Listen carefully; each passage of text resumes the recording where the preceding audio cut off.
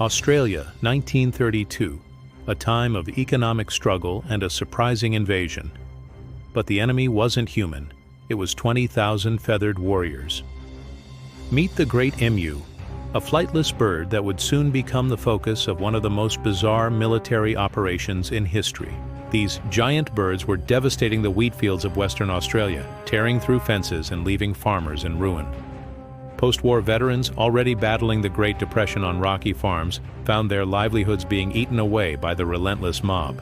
Desperate times called for desperate measures. The farmers turned to the government, requesting military aid to stop the avian menace. The migration was massive. A wave of emus descended upon the Campion district, turning the Golden Plains into a feathered battlefield. Major Meredith of the Royal Australian Artillery was tasked with a unique mission: use machine guns to cull the emu population. Arriving with Lewis guns and 10,000 rounds of ammunition, the military expected a swift and decisive victory over the birds. The soldiers took their positions, waiting for the perfect moment to strike as the local farmers herded the birds toward them. But the emus had other plans.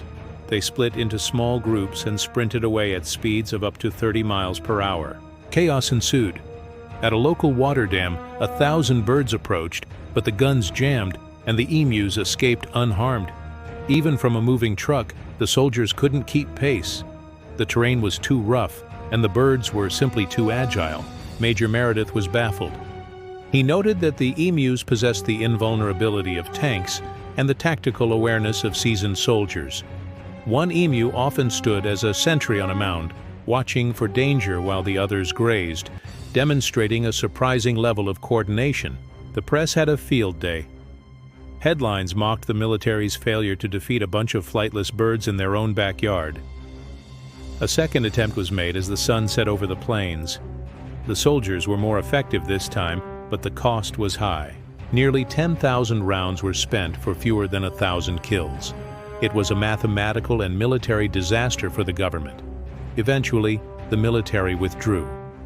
The farmers found a more effective solution: the construction of massive bird-proof fences. Today, the emu stands proudly on the Australian coat of arms, a symbol of a resilient creature that once won a war. The Great Emu War remains one of history's most hilarious footnotes, a reminder that nature often has the last laugh.